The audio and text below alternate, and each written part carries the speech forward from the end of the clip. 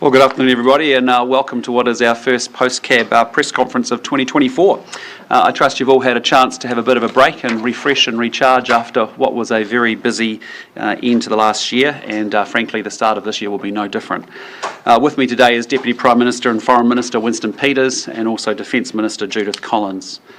Today we are announcing that we are sending 6 NZDF personnel to support any future military action against Houthi targets in Yemen and the Red Sea. This is in response to Houthi actions which threaten commercial shipping. Freedom of navigation is an integral part of New Zealand's national prosperity and our trade security. Our Defence Force has a long-standing role in supporting maritime security in our exclusive economic zone and throughout the world.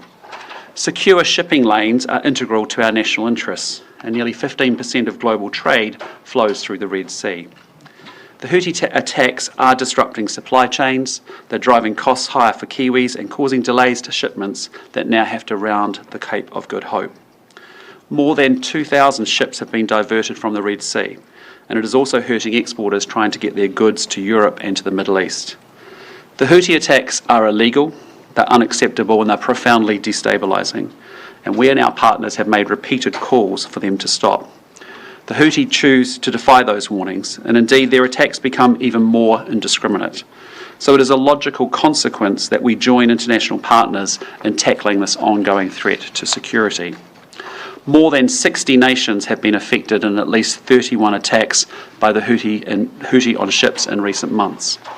And choosing to support action in the Middle East is not unusual for New Zealand. New Zealand has contributed to maritime security efforts in the Middle East and elsewhere continuously since 2013 to protect not only our vital national interests but also the international rules-based order. I'll now ask that Minister Peters and then Minister Collins pass some remarks to add to these comments. Winston. Thank you, Prime Minister, Minister of Defence. Our foreign policy goal is to protect the prosperity and security of New Zealanders. The illegal Houthi attacks on commercial naval vessels pose an economic threat to our trading nation by imposing supply chain costs for our exporters and importers. As a consequence, it also impacts the cost of living here.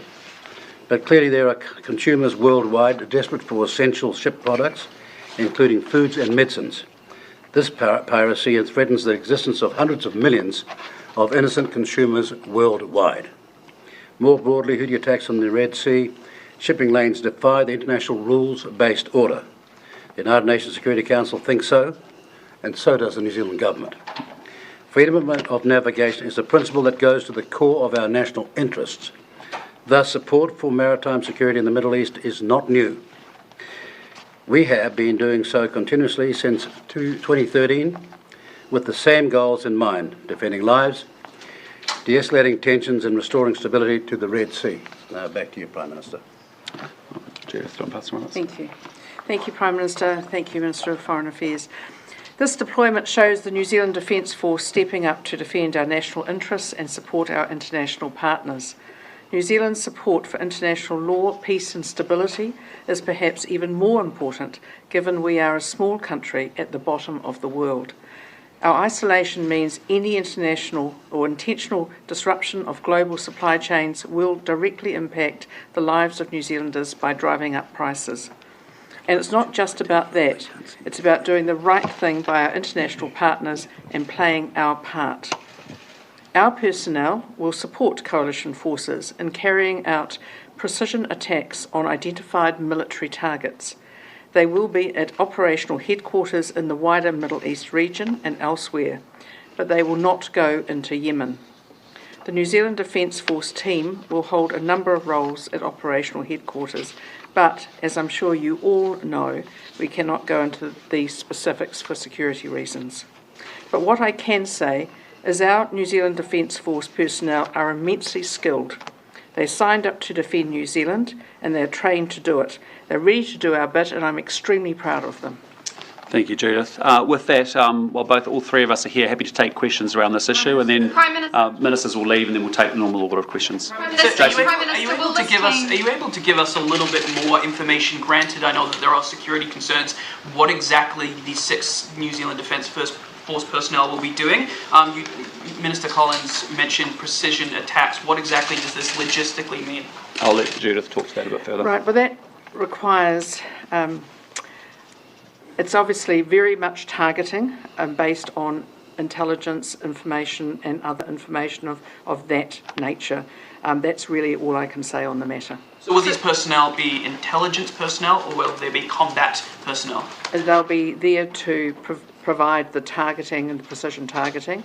They're not there to be involved in combat. So will they be involved in any combat at all? We're not expecting them to be. We're certainly not expecting that they will be going. And we've simply said they are not going into Yemen, so they're not there for that. They're there for targeting purposes only. Ministers, was this a response to a request from a particular body? And is this the most that was asked for or the least that was asked for, and by whom? Well, what I'd say to you is since November last year, there's been a series of statements from a number of countries around the world coming together to warn the Houthi that this is unacceptable. You saw UN Security Council statements, I think, early January and again on the 10th of January with a UN Security Council vote as well. So there has been a very much building pressure. We were asked by our American partners whether we would consider sending some support there. We've obviously been right there from the beginning in terms of making political statements supporting, condemning Houthi action. And so this is the right response for us, which is to identify 6 NZDF workers. Will be under American command. Who will run the operation? Again, we're not going to go into the specifics of composition and location of that team for security reasons. But suffice to say, they'll be part of a coalition. Who will be running? They'll be part of a coalition of like-minded countries that will be working together as a team. Who are the like-minded countries? They're all linked. Sorry, right? Benedict? These Houthi attacks, they're all linked to the war in Gaza at the moment, and they're trying to stick up for the people of Gaza who are being slaughtered en masse at the moment by Israel. Should New Zealand not be perhaps putting more pressure on the United States to support the ceasefire call in Gaza rather than taking this action and supporting this military action? Well, can I say that's not the view of the United Nations? Yeah. Dare I say it's not the view of China or, for that matter, Russia. So why is it your view? It was a question. No, it wasn't a question, it was a statement you made. They are doing this for that reason. And there are countless Muslim countries who do not follow that reasoning at all either. Why not pursue diplomacy here rather than sending it a defence force? We have made statements, and we've aligned with many other countries, making it very, very clear that the actions of the Houthi are causing huge pain and suffering. It is unacceptable. We have been a country, frankly, since 2013 that has been part of the combined maritime forces that has actually been ensuring that these shipping lanes actually are peaceful, secure, so that goods can flow freely throughout the world. This is the next step that is needed to underscore that actually this is unacceptable behaviour. We are a country that believes in the international law.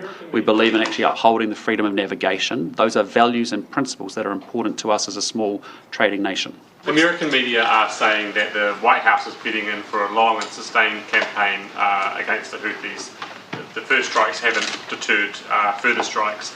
Have they given you any indication of how long this deployment may be needed? And what is the extent of your commitment? Are you going to be there as long as it takes to stop them from... The extent of our commitment with the 6 personnel that we're sending is through to no later than the 31st of July this year. And then are you prepared for further deployment if it's necessary? Well, again, our commitment is to the 31st of July this year.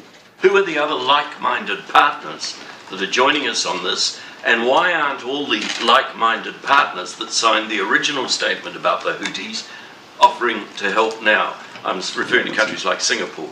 Yep. I think one of the things is that we do actually have some capability to offer and to make a real difference.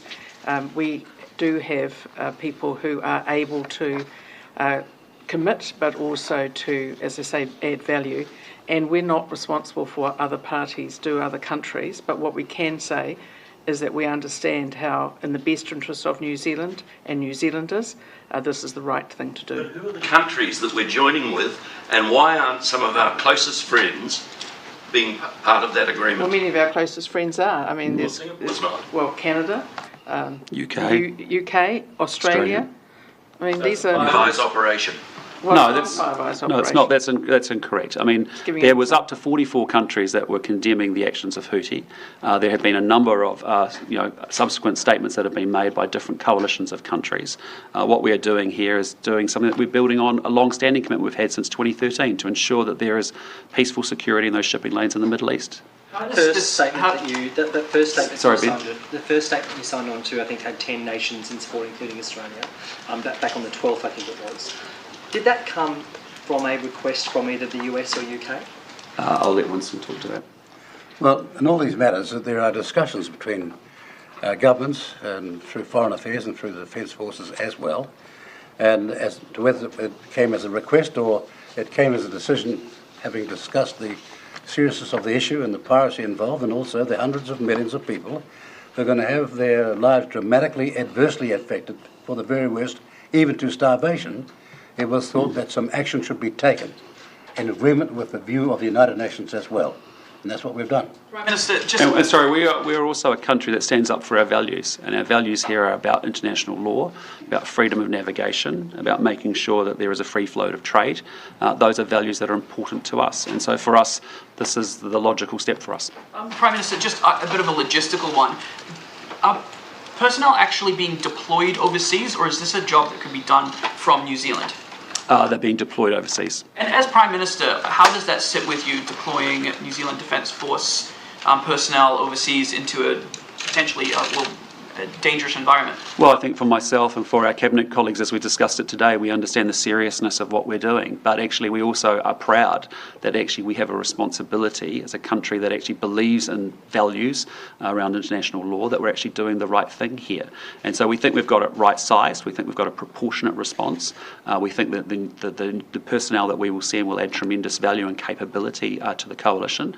And we think we've got it right. And is 6 the limit, or is there a potential scope for that operation to be expanded with more Defence Force personnel deployed? Our proposal is 6, and as I said, no later than 31st of July. Did you consult the opposition and did you ask for their support? I'll talk to Winston.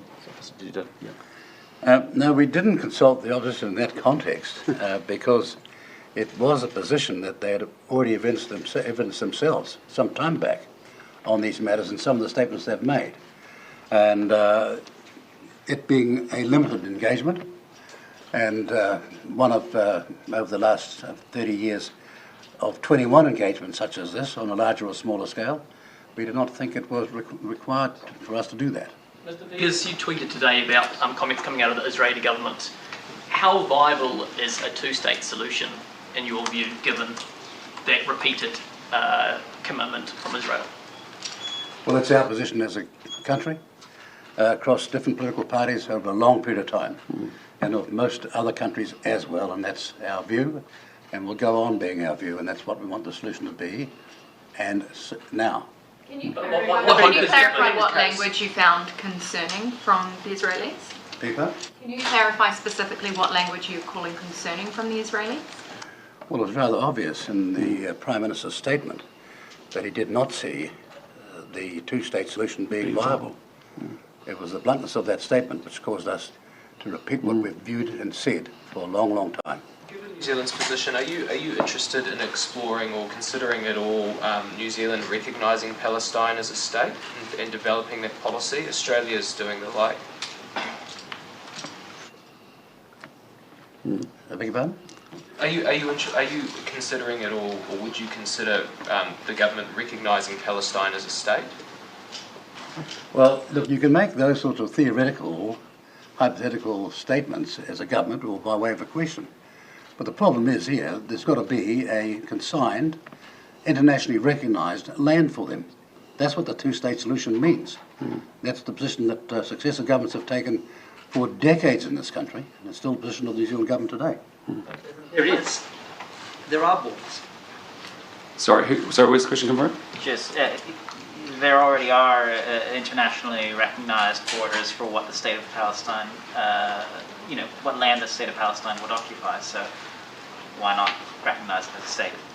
Because the Prime Minister of Israel made a statement that was to the contrary of that. That's why we made our statement. The President of Russia has made many statements about what Ukraine's borders are or aren't, and we still obviously recognize Ukraine as a state within its internationally recognized borders. Why not the same for Palestine? Well, if you want to have international discussion about geographic information and go back on the map of Ukraine, then it's a far greater map than it was and is under the Russian definition of Ukraine today. But I don't think this is a part of the discussion at this point in time. It's a policy. Asking the difference between the recognition of borders here. So there is a recognised border of Palestine. Why won't we recognise it as a state? One more time, it was the Prime Minister of Israel that said that he did not recognise the two-state solution, which other countries around the world do, and we were just reiterating our position. Further to that, there are a number of other countries that have been recognising Palestine as a state. It's seen elsewhere as a sort of a policy development that can contribute to creating a two-state solution. Do you see any room for that for New Zealand to do that? Well, we haven't recognised Palestine as a state because actually there isn't actually, I would put it to you, a functioning government there and an actual state in place. What we are very supportive of and continue to be very supportive of is the two-state solution. The comments by the Prime Minister of Israel, by other senior ministers, have actually been incredibly unhelpful, suggesting that they don't actually see that as a viable pathway forward. That is the only pathway forward here. We want to see a cessation of hostilities in that region immediately, but then for that to happen, we have to get to a permanent, sustainable ceasefire. For that to happen, we need to see both Hamas and Israel be able to get around the table and actually kick off the Middle East peace process, as difficult as that may be, with lots of complexity and lots of complex history in that conversation. So, for us, it's about making sure that we recognise this military action and military conflict is not going to bring peace in this region. What is important is actually generating the two-state solution and getting back into the Middle East peace process. Just on the deployment again, and sorry if I'm getting you to answer the same question that occurred before, but will those personnel be doing anything operational, boarding ships or anything like that? That's not what they've been deployed to do. Their deployment is around the precision targeting of strikes on military operations, and that is what their job is to do. So that you're saying that our forces will be assisting the Americans to bomb Yemen? No, our forces will be assisting the Americans and others, such as the UK, to take out sites that are actually attacking peaceful ships that are trying to work through the Red Sea. This is a very important issue for New Zealand as a country that is most dependent on trade. This is absolutely crucial not only to our economy, but it's also, as the Prime Minister said, to our principles around freedom of the sea. And so that's why we're doing that. What branch of the NZDF are these 6 people coming from? From the New Zealand Defence Force, full stop. What branch specifically? What are you asking? Well, what part of the Defence Force? What part of the Defence Force are they coming from? From the Defence Force itself. And I'm not going down branches. The Defence Force is the New Zealand Defence Force, which is why we have put that statement out. Would you categorise their role? Would you categorise just the last few conflicts that New Zealand has been involved in? We've either been involved in a peacekeeping or a training initiative. Would you define what these troops are doing as either of those? Well, I think it's really clear is that that's not actually a correct summation of what our troops have done in the past. They've actually been involved in some cases, dealing with very difficult situations that are not only peacekeeping. But I think this is simply nothing more than the New Zealand Defence Force stepping up and doing its part in a way which is very discreet, 6 members, including obviously rules of engagement and legal assistance with them, legal advisor. They're not going to be doing anything that I'm sure that we'll all be very proud of. The definition of the missions past have been peacekeeping or training exercises. That's what. I just put it. Stood at the podium and told us before. I just put it to you that I think it's an extension of what we've had, which is a long-standing history of actually defending, freedom of navigation. We've had a team in the Middle East as part of the CMF team, the Combined Maritime Forces, since 2013, making sure that these shipping lanes are secure and that commercial shipping is safe. That is an extension of what we're doing here. But what we've seen from the Houthi is actually totally unacceptable, and as important that we actually are putting the right team with the right resources and the right capability that New Zealand can bring to our coalition partner to make sure that we get the analytics and the targeting right and actually do that under clear rules of engagement. And as a result, I think we should be very proud of that contribution. You see this deployment as an extension of the Israel-Gaza conflict because the Houthis do? I have to say to you, I think you are absolutely wrong to conflate those two issues. We are standing up for values very clearly here about freedom of navigation. These are long-held beliefs of New Zealand for a long period of time. New Zealand has had engagement in the Middle East around peacekeeping and around making sure we have security in the Middle East, given how important it is to the world.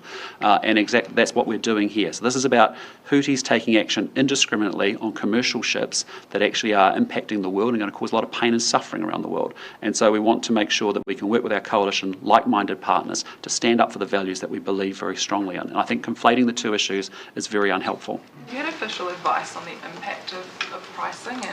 Sorry? Have you had official advice on the impact of prices of stuff as a result of this? Well, there's no doubt about it. I mean, in the sense of we have a situation where the Panama Canal is actually suffering drought conditions, and I think there's something like 35% of shipping volume is actually down through that channel. As a result, it puts even more pressure on the Suez Canal and also obviously the Red Sea. 15% of global trade. It's about 10% of our exports, about 20% of our imports go to the UK, go to Europe, go to North Africa, and so it will have an impact on New Zealand. And we've all gone through a COVID experience where we've seen what disruption to supply chains can do. And in other parts of the world where food security is a major problem, as Winston we talked about today in Cabinet, raised the point about the pain and suffering and the starvation and food security issues that are going to exist for many countries around the world as a consequence of this. Oil is worth less than it was when the conflict Sorry? began. A barrel of oil is worth less than it was when the conflict began. So, it's not showing up in prices yet. Maybe you're on the wrong side of this conflict.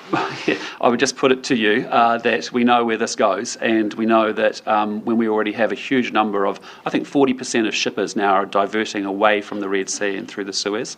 That's adding 10 to 12 days worth of delivery, say, to a part of our world, to our part of the world, and that will inevitably lead to higher costs. But this is actually about values. It's about us standing up for things that we believe in, and we can either talk about them or we can actually do something about it as well, and actually make sure that we put real capability alongside our words, and that's what we're doing here. On the impact of prices, just on the impact just back to the impact of prices. So have you had official advice on that? I haven't seen official advice on what the inflation impact will be, but we've all seen the impacts of COVID and what that did to a supply chain. We know what the risks here are, having seen previous examples in the past. Why do you think the Houthis are attacking the ships? Look, if you add 15 days to a ship's travel, enormous costs are occasioned to it. This is not a flippant matter. Hundreds of millions of people are going to be suffering as a consequence. They already are. And all the international evidence says that. When you say we got that advice, well, that advice has been running large publicly for a long, long time. And all sorts of... What do you say? I said even The Economist is... Even The Economist. Everybody else internationally has been saying this. Now, please read some international stuff and understand that we're part of the world too. Yeah. And you can't just keep the peace. Sometimes those who offend the peace have got to be stopped as offenders, and that's the stand we're making. Why do you think the Houthis are attacking the ships? There's been huge indiscriminate attacks on ships. We've had 31 nations impacted. I think actually 60 nations, 31 different attacks that have taken place. And what is obvious is they try to run an argument, but it's not held up in fact. It's been a really indiscriminate attack of commercial shipping through that lane. Can I just answer the question as well? Look, this is not new. It's been happening for a long, long time. But now they've got a reason for saying what they're doing. But they've been doing it for about 3 decades. And with reaction coming back from many countries in the West, including allied countries of ours, stopped it at times. So it's nothing new about that. Will the intelligence that we're contributing towards the strikes against the Houthis, could those strikes take place in Yemen, or would it just be at sea? Wherever they're needed to be. That's really clear. The Houthis have made threats against American civilians following this. Are you concerned and have you taken any advice on whether these joining up to this increases the threat level faced by New Zealanders domestically? What we understand is we're standing up for values that we believe very strongly in as a country. And you can't just say the words, you actually have to follow it up and back it up at times. And that's what we're doing. The terror threat, have you taken any advice or are you concerned that this action will lead to an increased risk of terrorism at home? Because that's what the argument the Houthis are making against the Americans. It's not an argument, that's the argument of a bully. Yeah, exactly. That's the argument of a bully, and we're not responding to that. In the interest of New Zealand, our role in the world, and a whole lot of people in the hundreds of millions around the world, we're doing It's a something. good idea to know about it before it... Yeah, look, there's a number of threats for New Zealanders across the world. Again, for any Kiwi travelling, I'd just say use the MFAT advisory services to make sure you understand what their threat level looks like. Increases that threat or lowers? Sorry? Do you think this action increases that threat or lowers it? We don't know that, but what we can see is that actually, the world is a pretty unstable and volatile place at the moment. And there are a number of theatres across the globe that actually present risk and danger. And as I said, for New Zealanders who are well travelled, make sure that you check out the MFAT websites in particular. I was just going to move to the treaty questions. But Right, so is there any last questions on sorry, Audrey? So Judith, the 12 currently deployed as part of the Combined CMF. Maritime Force, are they taking part in anything to do with this security operation? Not that anything other than what they're already doing now, so I'm not aware of any suggestion from Defence that they would be taking part in this other than what they're doing now. Yeah, they stick with the same mission that they've had. Right. Thank Plain you, to Judith. catch, yes. Thank you, Winston. Okay. Are you going? Part for 6. Sorry? So, Prime Minister, what did you make of the Hui Amotu in the weekend at Turango Waiwai? Look, I thought it was very positive and very constructive. I'd spoken to the Māori King, obviously, earlier in the week. I'll actually have a further catch-up with him, hopefully at Ratana tomorrow, and do a bit more of a debrief. But it sounded like there was quite a good spirit. And what was the debrief given by Tama Pōtaka? Oh, just that was our observation across the piece, that it was it was actually a very positive and a very constructive hui. Prime Minister, Can I just ask, on the number of people that arrived, it sort of well surpassed what was the estimate of people arriving. What do you make of 10,000 people showing up to this week? Well, look, I mean, I think it was a positive and constructive hui, as I said, in terms of an opportunity to discuss where are Māori going and what do they want to achieve and what are their ambitions and aspiration. And I think it was a very, very, very useful session. It's quite a significant amount of people, though, is it not? Sure, yeah, and it says that people care and they care about where Māori are going and what their aspirations and ambitions are, and that's what we really want to be able to talk with Māori about and what we have been talking about. In my meetings with one-on-one with iwi leaders, or whether it's been in small groups of different iwis and different Māori organisations, we've talked consistently now for over a year and a half about ways in which we can work together to deliver better outcomes for Māori. That's what we're going to be fixated on. What do you make of the leak of the report? What do you make of the leaking of the report into the treaties bill, the leaking of the report?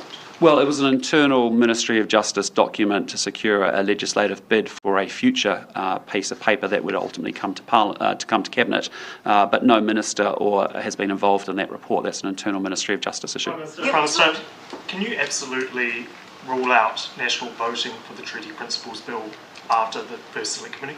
Well, look, we've got a very clear commitment in our coalition agreement between National and ACT, and our coalition government commitment is that we will support ACT's Treaty Principles Bill to first reading, but there is no commitment to take it beyond that. You won't rule out?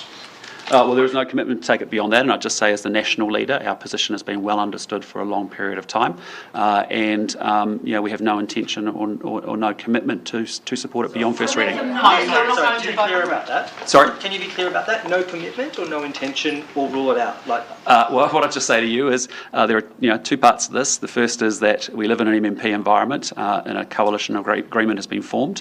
That coalition government commitment is to say that we will support the bill to first reading. That enables an aeration of the issues and a discussion of the issues through a select committee process. You know that there's been a long-standing National Party position against a referendum, as there's been a long-standing position from the ACT Party for a referendum. But our position as a national party is that it's not something that we have an intention to support. Senior Cabinet Minister, Senior Cabinet Minister Chris Bishop told me this morning that it was his belief that the signatories to the treaty, the Maori signatories, ceded sovereignty. Is that the view of this government? Yeah, we're not relitigating sovereignty. Yep. It's clear that National has no intention to support the Treaty Principles Bill post first reading. You've also talked about the need for cost savings in the public service. What's the point in pouring a huge amount of money into a doomed bill?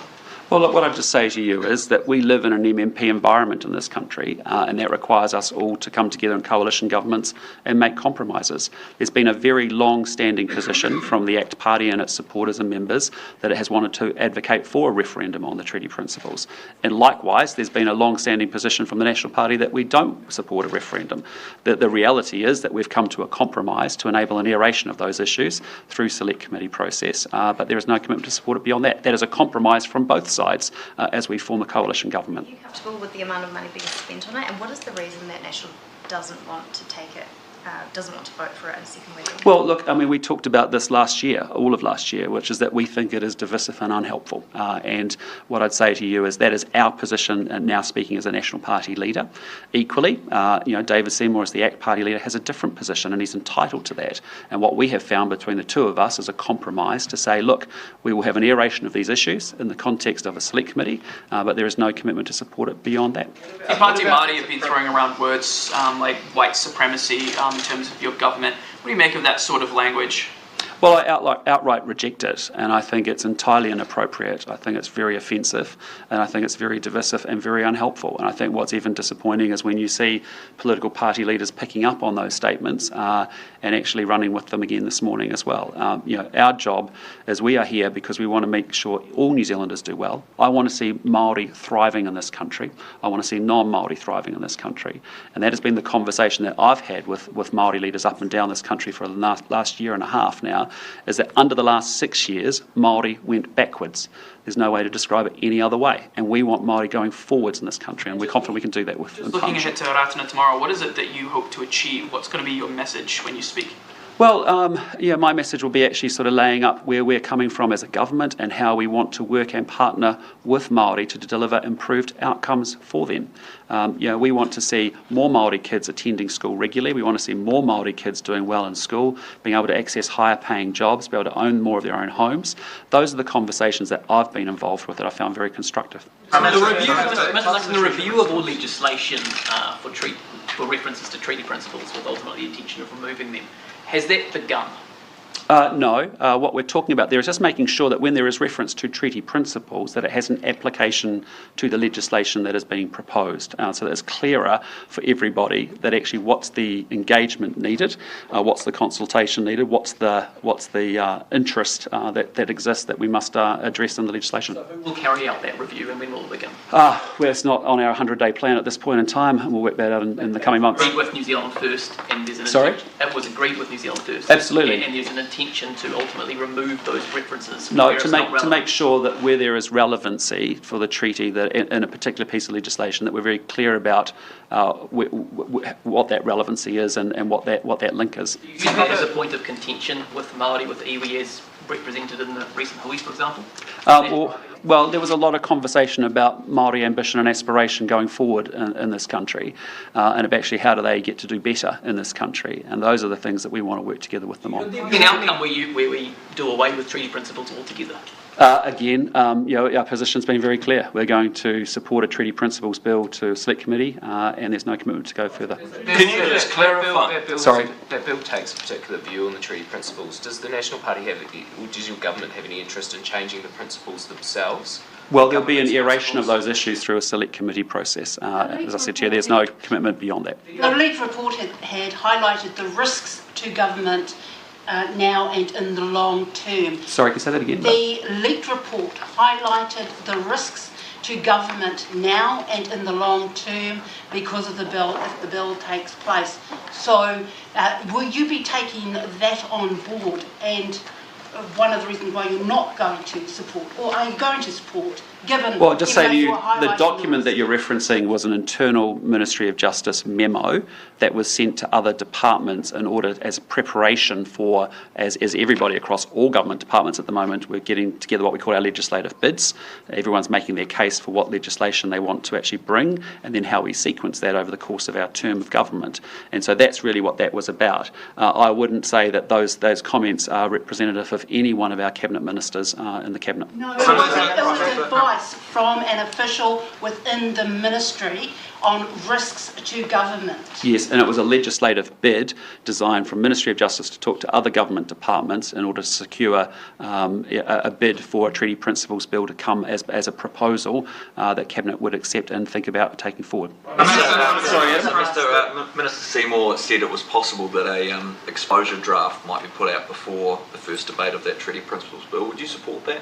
Again, we'll look at that and we'll discuss that further as a Cabinet. And can you say how, if at all, the hui and the things discussed at the hui Tauranga Waiwai Marae on Saturday has changed or influenced your thinking about your kōrero tomorrow at Ratana? No, it hasn't, because my conversation with iwi leaders and Māori leaders up and down the country over the last year and a half, in fact, since I became leader of the National Party, it's one of the things I just started quietly doing, is just meeting on weekends or regular telephone calls. Everywhere I visited, I would go off and meet with iwi leaders or Māori organisations doing great delivery of public services, for example, on the ground locally and regionally.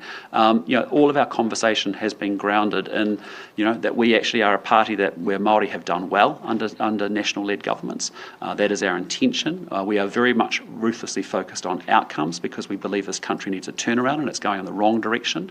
And the last 6 years have not been good for Māori in terms of Māori outcomes across the economy, across crime, across health, across education, across everything. And so we want to work together with them to be able to do that. And we believe in localism and devolution as a party. Many of Māori believe in the same, that's tied to self-determination. So there's lots of commonality of values, and our conversations have been about how do we work together to deliver housing? How do we deliver? You saw a good example recently, about how do we use Māori health organisations to drive immunisation rates of Māori sitting at 71%, the rest of the country's at 82%, and we've got a target closer to 90%. So how do we work together to use those health organisations to deliver better, improved outcomes? Fully expecting to face quite strong challenges on the marae tomorrow. Well, I think that's what we've always expected. I've been to Ratana last year, I've been to Waitangi several times, even before I came to politics, and that's my observation, is that's the place where we should have challenge and provocation and stimulation, and that's okay. We are a country that has a diverse set of views. The day we all think exactly the same, we've got a big problem in this country. But it doesn't mean that we can't go forward together, acknowledging that we will have differences with each other as well. And so that's what I'm focused on, is how do we take this country of ours forward? How do we keep it united, acknowledging that we will have differences of opinion, and that's okay. Thomas. Sorry, Thomas, I'll come. Would you consider meeting with families of survivors and victims from the Tangiwai disaster about their plea for a national memorial? Look, it hasn't been something that's come onto my agenda. I'm not aware of it. Something that I'm happy to look into. Meeting with them? Happy to look into. And just on a different note, question from a colleague. Your face has appeared on some advertisements which are running on the porn website, Pornhub. They've registered your name as a domain name for pornography. Are you slightly worried about it, or a bit of a harmless gag? Well, I'll just say to you, I just was informed of that as I was coming into the room. What I'd just say to you is it's obviously fake. It's an issue for the National Party to pick up. Joe Moyer, sorry. Sorry, guys, Joe hasn't asked a question. I want to go to Joe and I'll come back to you, I promise. Have you thought about how you're going to juggle your national leader hat with your Prime Minister hat when it comes to Ratana and Waitangi? Because as we've seen today, things have been put to you in terms of acts and intentions around treaty principles. And you will be asked questions at both of those commemoration celebrations about the future of your government with you as Prime Minister. But there are differences of opinion, there are differences of policy, and there are different intentions from, for example, Act Leader David Seymour around some of that stuff. So how are you planning to go about answering those questions as Prime Minister, or are you just going to have to differentiate and speak, I guess, as the national leader at these events? No, I want to speak as the Prime Minister of New Zealand. I think that's really important, and that's what I try and do, and that's what I'm doing most of the time. It's when we get into an issue like this that you want to discuss a little bit about how have we got to the positions we've got to. I'm talking about, as a leader of the National Party, what our long-held position on an issue like the Treaty Principles referendum has been. But as Prime Minister, I'm representing our coalition government, and the reality is, as I've said before, we have not got a commitment to support it beyond the first reading. But I'm going to talk as Prime Minister of New Zealand because we have a fantastic country. We have so much potential ahead of us and so much more that we can do. But we are going to have to work together in this country, and it means that we may not agree, as I said before, on 100% of things. But if we can find that 70% or 80% of what we agree on, and let's get to work and get some outcomes so we can improve Kiwis' daily lives, that's why we're here. And I think that's what I've met with the Māori leaders that are actually wanting to do the right thing by their people and have got some incredible innovation. I spent 2 hours with Ngāi Tahu last week with all of their governance and all of their senior management team going through their programs and their story of what they have achieved. It is phenomenal how they have integrated economic, social and environmental outcomes, how they have worked together to be able to deliver better health and well-being and prosperity for their iwi. And I want to see that on a bigger scale. And that actually speaks to the supplementary question, because do you feel like you are perhaps receiving some of the criticism and the flack as Prime Minister? You're clearly having conversations with Māori leaders, have continued to do that throughout your time as opposition leader. David Seymour, for example, isn't coming to Ratana, and I believe has made some comment about it being some event held by a church. So there are differences of opinion there, and are you, as Prime Minister, copying the flack and criticism for the other party leaders' policies, and how do you manage that, and how are you planning to respond to that? Well, I am responding to it by speaking as the Prime Minister of New Zealand, and I appreciate that we are in a coalition government. As I said to you from day one, it is different from what may have come before. It means that we have three parties, we have three different, we have three party leaders, we have different personalities, we have different profiles, but what is important is that we are tight on the important stuff, and whether you're in the ACT Party, the New Zealand First Party or the National Party, all of us want to see improved outcomes for Māori. That is genuine. That is a motivation for why people have worked so incredibly hard before Christmas. It's why when you go and sit in a cabinet conversation, it's incredibly exciting, seeing the power and potential of that team discussing the issues that really are the things that need to move us forward. To, for example, the ACT Party policies, because the intention there is far different to yours. The treaty principles is a perfect example of that. So are you genuinely comfortable as Prime Minister speaking to and defending, because yes, it does come under the three-party coalition, but that's not what you believe in or what your party is intending to do? But what our party has done is sign up to a coalition government, and we've all had to make compromises along the way. In the same way, I'm sure the ACT Party have made a lot of compromises. The New Zealand First Party has made a lot of compromises. The National Party's had to make some compromises too. But what we've got is a government that I can tell you is focused on rebuilding the economy, restoring law and order, delivering better health and public services. And that is, Joe, what unites us. And I just say to you, yes, there will be differences. I get that. There will be. But what I'm saying to you is I think we've at the core of what we've got in this government is massive alignment around the things that matter most to New Zealanders. And yes, we will have differences of opinion. Yes, we will express things differently, as I've said from the get-go. But don't misunderstand that as a lack of focus, because if we're all the same and we're all sounding the same, that is not success either. And I think Wainui and Ngāpuhi do not want the treaty bill. They say that will put them backwards on everything that you were saying is aspirational in the corridor that you've had with these iwi. So how are you managing to corridor with them, knowing full well that they don't want this bill, but you're supporting it to first reading, and you've not stated categorically that you will vote it out? Well, I think we've been very clear about our position, both in a national party sense and also our coalition government sense. If you look at our agreement, what we're saying is that there is an ACT Treaty Principles Bill that all three parties have agreed to support through to first reading, but there is no commitment to take it beyond that. And so that is a pretty clear position, and I appreciate that is the reality of coalition government in an MMP environment where each party has its own particular policies and programs that it feels very passionate about, and we need to find a way to accommodate that. I'm sure ACT didn't get everything they wanted in the same way National didn't get everything it wanted, but that's the point of the system that we have. We are in an MMP world. Look at how it works all around the world, where there are other MMP systems throughout Western Europe, for example. You have governments that take 10 months to form a government that then fall over very quickly.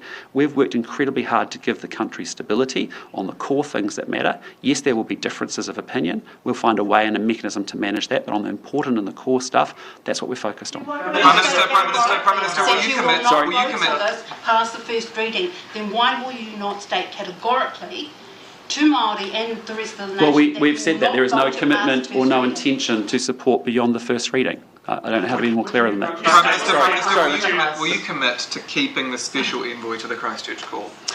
Look, I had a chance to catch up with Dame Jacinda Ardern before Christmas. We caught up in Auckland, the two of us, and I wanted to understand the Christchurch call and the work that it had undertaken and what it had achieved. That is a process that we'll work through in the next few months about whether it now moves to a different level and how that may take place. What did you take away from that meeting? Look, there's been some good work done with respect to algorithms around, with tech companies in particular. There's been a very good community that's been formed together, but actually it's probably also at a stage where it needs to move to the next level, and as to what shape that takes and what form that takes, that's something that will be in discussion about. Did you at any point tell her that she would be removed or that the job would or could be disestablished? No. Prime Minister, on the Treaty Principles Bill, will you stake your job on National not voting for the Treaty Principles Bill after the first reading? Well, look, I've been very clear. We are not going to. There is no, in the coalition government, there is no commitment to support it beyond first reading. The National Party's position has been very well understood for a long period of time, and there is no intentional commitment to support it beyond first reading. Sorry, Craig. The Clerk of the House, David Wilson, says the 6.5% budget cut that the government has asked his office to make will limit the work of Parliament. Constitutional law experts say it's constitutionally concerning that the executive can defund the legislature. What do you... Oh, that's a very disingenuous way of presenting it. I'll just put it to you. What we're saying here is we have a government, previous government, that increased government spending by 80%. And to say that there is not any waste or any reprioritisation or better use or targeting of money to get a better, the same or better outcome is just not true. The Office of the Clerk, though, has not gone up by 80%. Its budget is basically flat with inflation since 2017. They still have 120 MPs to serve. You've worked with those staff yourself. Oh, they're excellent staff. They're a very important accountability function for this democracy to work. So why is the government requiring them to make that? Because we're asking all government agencies and all government departments to look at their spending and to identify whether there's any potential savings that they can make along the way. And that will be contingent upon all CEOs of every government agency and department to look into that, including the Clerk of the House. Once we have all of those inputs in, then we'll move through and make those savings. With the election, before the election, in your tax plan, you'd identified 21 departments that you'd be asking to make that average of 6.5% cut. There was no mention of the Office of the Clerk in there or any others. Is this now a government-wide request? Look, we've been very clear. We want to be able to make sure that we generate a 6.5% savings across government agency spending. Some government agencies, when we get them to look into their data and their numbers, are actually going to be generating a lot more. Others maybe a lot less. But on average, we want to be able to come out of the exercise delivering the savings we've talked about. Do you have any reason to suggest there is any sort of fat on the bones, I guess, in the Parliamentary service? I don't know. That's all we're asking for them is to interrogate, to go back and look at their resourcing. Have they got their optimal structures in place? Have they got people actually, have they got the right people in the right places? Have they improved and made that as efficient an operation as it possibly can be? It's not an unreasonable assumption to ask. When you've had 15,000 more people added to the public service, you've had an 80% increase in government spending, you've had government borrowing go from $5 to almost $100 billion, and collectively as a country, we have absolutely nothing to show for it. Every outcome has gone backwards. And so I'm not trying to be political about it. I'm just saying that is the state of affairs. That is the reality of where we are in this country. If you don't confront the brutal facts of your reality, you don't have hope and a plan that you can get to a different or a better place, you've got to face up to that, because you can't just keep increasing government spending by 80%, adding another 15,000 public servants and still not getting our kids to school regularly or getting our academic results in the right place or having people have access to healthcare. Just on the bigger picture, I'll come to just on the bigger picture of this huge discussion that's now emerged about the treaty principles, you campaigned on uniting the country. So yes. Sort of how troubling is it now to be, part of this huge discussion? Well, I think what you saw even through the hui actually over the weekend, as I said, was positive and constructive. Māori coming together to have a strategic conversation about where they actually want to go in this country and what the opportunities are for them to do well and to do better. That is exactly the same spirit of our government, which is we've come here to say, look, we've got to be better than this. we have to be better than this. We can do better than this. And so we are working incredibly hard to make sure that we can do exactly that. We want to build a country in this, New Zealand, to be, one of the very, very best small advanced countries on earth. And for that to happen, we need to do a whole heap of work around our economy so that we can be more productive, have higher wealth, have higher incomes, higher jobs. We need to make sure we continue to make sure that we've got a good social contract and social cohesion with each other. And we need to obviously do our job around environmental emissions. And do you think at the other side of this that New Zealand will be more unified than it is now? I think my job when I leave this job is to make sure that New Zealand is more unified than what it is from when I inherited it. And let's be clear, over the last 6 years there's been a rising level of disunity in New Zealand. And so our job is to make sure that we can become unified. But don't mistake unity for us all sounding and being exactly the same. That's something very different. What we want is unity of purpose, where we're all wanting to go forward in this country to actually realise the great potential that we have. And I think something like 2040, 200 years since the birthplace of our nation, is a really good rallying cry for us to start to think about, well, what kind of country do we want to be in 2040? How do we want that relationships to be with each other? How do we want our economy to be? How do we want our society to be?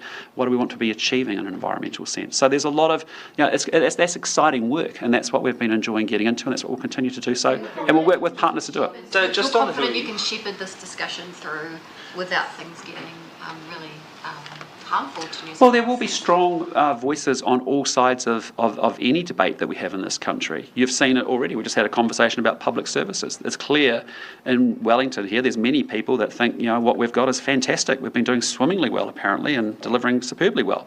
Well, we disagree very strongly with that. We don't think that's the case. And so, there'll be strong differences of opinion, but don't connote that as that we're not unified or that we can't walk across the room and talk to each other, even if we hold very different views to each other. I just want to say to you, I've lived and worked all around the world, and what I watch is increased polarisation in many liberal democracies across the world. And we actually have a choice here in New Zealand to actually say we can hold different views from each other. We can be respectful of each other without throwing labels and names and language and words around at each other. But it requires us to walk across the room and at least have a conversation, even if we disagree with the other person, to do that. And if we keep that up, which is our Kiwi tradition and our New Zealand way, I think we can actually have a great future in this country and do incredibly well. Prime Minister, you keep calling the Hui positive and constructive, and it was, definitely.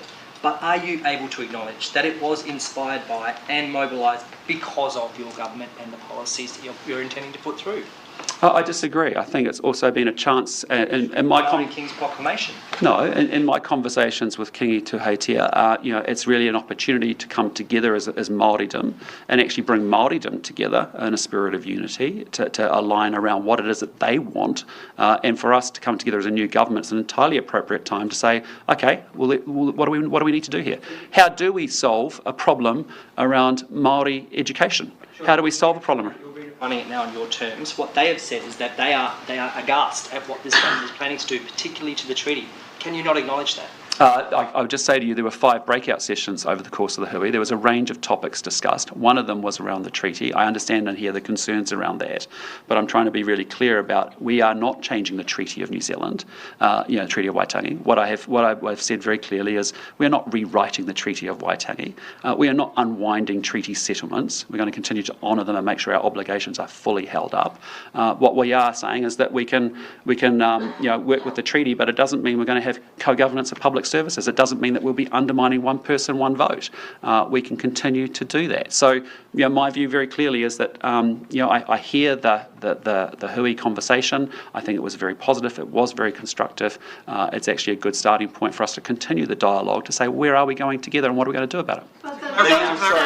The bill states, Sorry, just come back to your promise. There are presumably 2 aspects to the Treaty Principles Bill. One is the referendum, which you say you oppose. Yes. But there is also the question of redefining or defining the principles of the treaty, and the bill would do that. Would National be in favour of legislating to define the principles of the bill without a referendum? Our National Party policy has been no. No principles legislation at all. Correct. The treaty bill, though, defines... From a National Party perspective. Well, the treaty bill, though, redefines the articles of the treaty. They are saying that chieftainship for all New Zealand to be maintained, as opposed to which null and void the rangatiratanga. The kotahitanga, they state for all New Zealanders, as opposed to the kotahitanga advocated by Māori. So they have redefined the original intent of those articles that were also defined within a court system. So that is what they're opposing, and you are accepting those changes to that bill, which undermines what you're actually saying. What we're saying is we're committing to actually let an Act Treaty Principles Bill go to first reading in a select committee, where there'll be an aeration of those issues and a discussion exactly along the lines I imagine that you've just talked about now, and what we have is no commitment to support it beyond that. Okay, last question. Sorry, the government has sorry, just last question. On the Christchurch call, what does it mean? What do you mean, literally, when you say moving to a different level? Well, what I mean is, look, it's 5 years since Christchurch, or coming up to 5 years. The work of the Christchurch Call has been important in terms of making sure that there is, the tech companies in particular are managing their content, and there's using technology and algorithms behind the scenes to do that.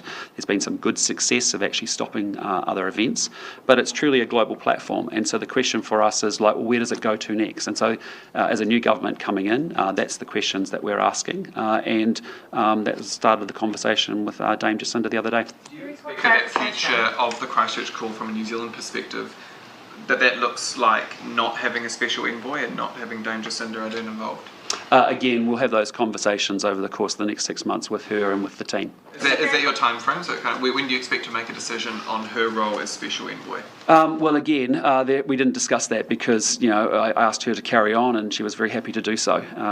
But what we were discussing is how does it scale up in a way that actually can drive and have more impact? And there's some different thinking that we might want to look at and discuss, and before we come forward with that. What's some of that different thinking? I'm not going to get into that now, but suffice to say, there's an opportunity for us, having built a large community there through the Christchurch Call, to make sure that it continues with its work, and we just want to make sure it's sustainable and it's got ability. Do you both have different views? Sorry? Do you both have, when you say different thinking, does Dame Jacinda Ardern and yourself have different views on where the Christchurch Call should go? No. We had a conversation actually just after the election, and we met in person just before Christmas. I've been very supportive of her and her work there, and the actual Christchurch Call. We're just both asking the same question, which is, where does it go to next? Did you extend her term for? How long did you extend her term for? Sorry. How long did you extend her term? Well, it wasn't bounded. It was just about it was supposed to be continuing on. By the end of last year. Sorry, Joe. Last question to Joe. Sorry, just a clarification. Hey, congratulations, by the way. Thank you.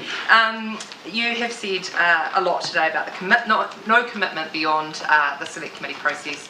No one's going to make assumptions about the select committee process, and there could be a billion different things that come out of that select committee process. So you can't actually wholeheartedly rule anything out because you don't know what the select committee process is going to generate, do you? All I can say. That's factually correct. You don't know what will come out of this. All I can say to you very clearly is that we've got a coalition agreement. What it says is that we're going to support the Act bill through to first reading, and there's no commitment to support it beyond that. I don't know how it can be any clearer than that. You're not making any assumptions about what the select committee process will deliver, though, are you? Because that would be quite wrong for you. Correct. No, we want to have an aeration of those issues, and that's what we've committed to do. But as I said to you, there's no commitment to support it beyond that. The government has until the end of January to respond to the Waitangi Tribunal. Tomorrow. Do you mind? I've got to keep going. Thank you. Right, see ya.